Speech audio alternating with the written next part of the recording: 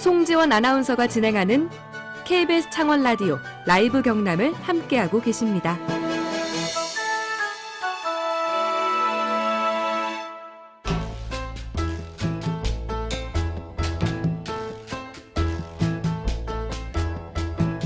지역에서 발견하는 세상 이야기를 함께 나눕니다. 김태훈의 썰. 지역 스토리텔링 연구소 김태훈 소장님 나오셨습니다. 소장님 어서 오세요. 안녕하세요. 한 주 안 뵀다고 되게 반갑네요.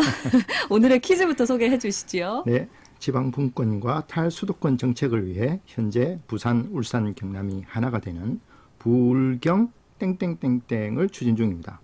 행정적으로는 구분이 돼 있지만 일일 생활이 가능하도록 연결되어 있는 이 거대 도시를 뭐라고 부를까요? 1번 메가시티, 2번 기가시티, 3번 스마트시티, 4번 슬로시티. 기가시티는 메가시티보다 더 큰 거 맞죠? 그렇죠. 그렇긴 한데.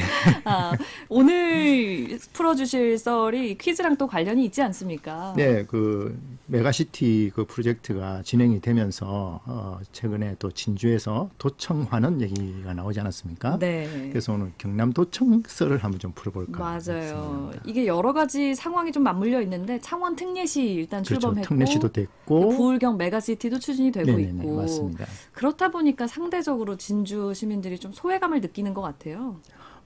저는 이제 그게 어떤 면에서 입장을 바꿔놓고 보면 할 만한 주장이다. 오, 정말요? 네. 왜냐하면 경상남도가 처음 만들어졌을 때 그때 첫 도청 소재지가 또 진주였기도 했고요. 네.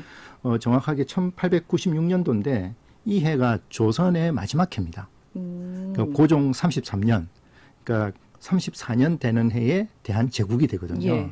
그러니까 그때 이제 마지막으로 13도제를 만들면서 기존의 경상도를 경상남도와 북도로 이렇게 나누게 되는데 그때 이제 경상남도의 도청 소재지를 진주로 하고 경상북도를 대구로 했던 거죠. 예. 그러니까 뭐 충분히 그분들 입장에서는 해볼만 하지 않았을까. 그래서 그때 이렇게 도시를 보니까 경상남도가 일부 29개 군으로 돼 있거든요. 네. 그 일부라는 게 부가 이제 조금 더 높은 시에 해당하는 예. 그 행정구역인데 그게 이제 동래부였고요. 참고로 그때는 부산은 존재감이 없었습니다. 아, 그래요? 그때는 부산포였고요.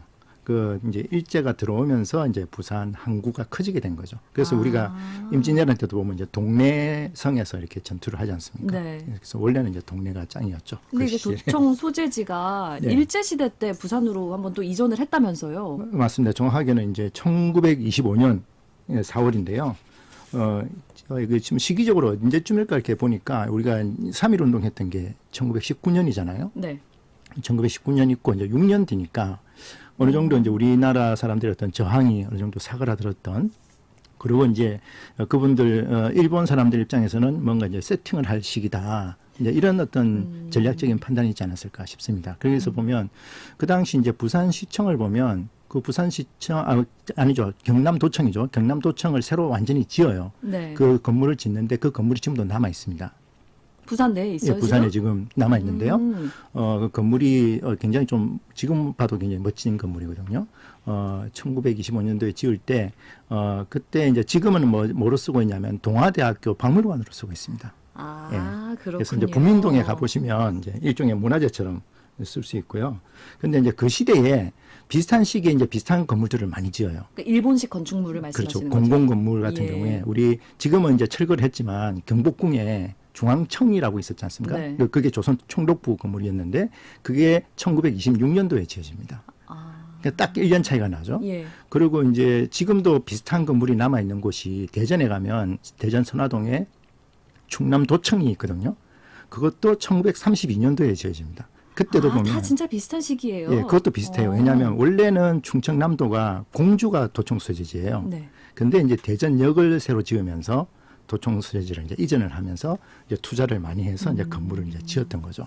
근데 일제 시대 때 만들어진 건축물들의 특징을 보면 뭐 벽돌로 지었다든지 네네. 뭐 석재가 네네. 사용이 됐다든지 이런 게 있는데 그 특징이 좀 뭐랄까 일본식이라기보다는 되게 유럽식인 것 같아요. 그래서 좀 더 멋있는 것 같기도 하고요. 그렇죠. 근데 이제 정확하게 따지면 유럽에서도 이제 독일식에 가깝습니다. 독일식이에요, 예, 이게? 그 독일도 이제 정확하게 독일도 아니고 정확한 시기적으로 보면 그 비스마르크가 한참 활동하던 프로이센 제국이죠. 프로이센의 건축인데 이게 이제 유럽의 건축물 중에서도 좀 성격이 좀 달라요. 이렇게 영국하고 프랑스 쪽에 있는 건물이랑 독일의 건물이랑 상당히 좀 다르거든요. 그 왜 그러냐면 영국과 프랑스가 그때는 이제 식민지 제국을 경영을 하면서 굉장히 앞서 나가잖아요. 네. 그리고 이제 프로이센이 뒤에 쫓아가면서 비스마르크가 우리가 이제 이게 쫓아가야 된다. 이런 어떤 뒤처질 수 없다. 예, 그러면서 우리가 같이 가서는 안 된다는 어떤 생각이 되게 강했습니다. 네. 그래서 영국과 프랑스 같은 경우는 약간 좀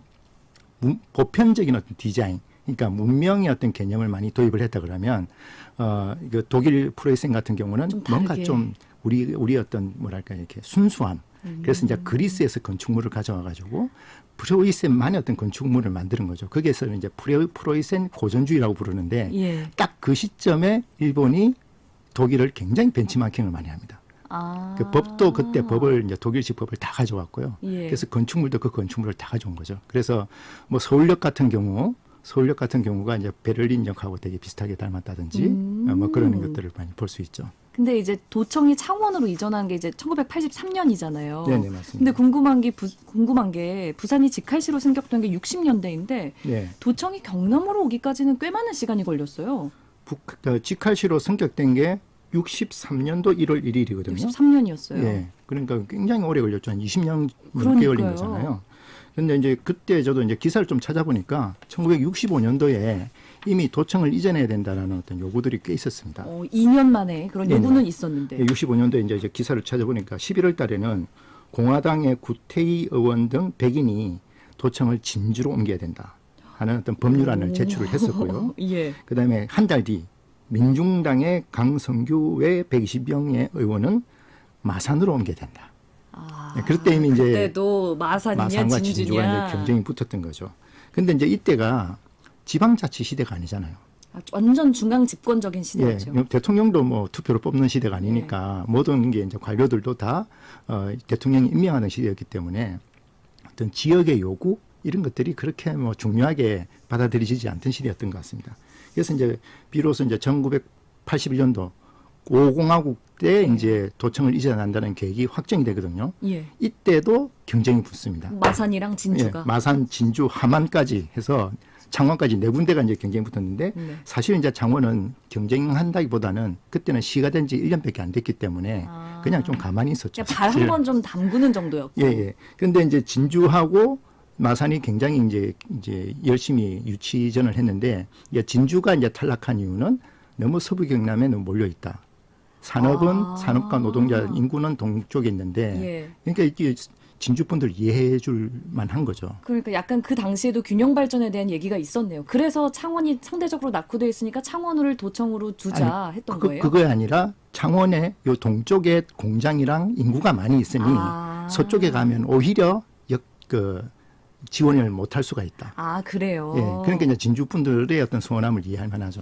그 다음에 이제 마산은 또 왜 실패했냐면 그때 마산이 굉장히 발전할 때였잖아요. 네. 그래서 인구 밀도가 굉장히 높고 지가가 너무 높고 그 다음에 공회가 너무 많기 때문에 도청이 들어가면 힘들다. 그래서 이제 일종의 뭐랄까요, 이렇게 어부지리하기 좀 그렇고 그냥 창원이 낙점이 된 것 같습니다. 우리가 도청 이전의 역사를 쭉 짚어봤잖아요. 네. 이제 진주 환원해야 된다라는 그 움직임, 네. 운동에 대해서는 상당 부분 공감을 하시는 것 같아요. 저는 공감보다는 이해를 하는 거죠. 이해가 그래서 된다. 이제 저는 이제 그분들의 어떤 요구를 이렇게 왜 불가의 그런 말씀이 있지 않습니까? 가리키는 손가락을 보지 말고 달을 보라고. 예. 그래서 그분들은 도청 자체도 물론 이제 중요하다고 생각하시겠지만 궁극적으로는 그때 80년대 이후부터 계속해서 뭔가 불균형의 어떤 불균형 발전의 피해를 입었던 어떤 그런 서운함 이런 것들 때문에 이제 그렇게 말씀하시는 게 아닌가. 그래서 우리가 메가시티 하는 것도 궁극적으로는 서울에 대한 어떤 그렇죠. 균형 발전을 대안하죠. 위한 것이고 그렇다면 지역 안에서도 어떤 그런 부분에 대해서 충분히 합의할 필요가 있지 않은가 이런 생각이 듭니다. 생떼 쓰기만은 아니다. 좀 이해할 필요가 있다라는 생각이 좀 드네요. 서로 주고받으면 또 좋은 결과가 나올 수도 있겠죠. 맞습니다. 소장님 오늘 말씀도 잘 들었습니다. 감사합니다. 지금까지 지역 스토리텔링 연구소 김태훈 소장과 함께했습니다. 오늘 퀴즈 정답은요. 1번 메가시티였습니다.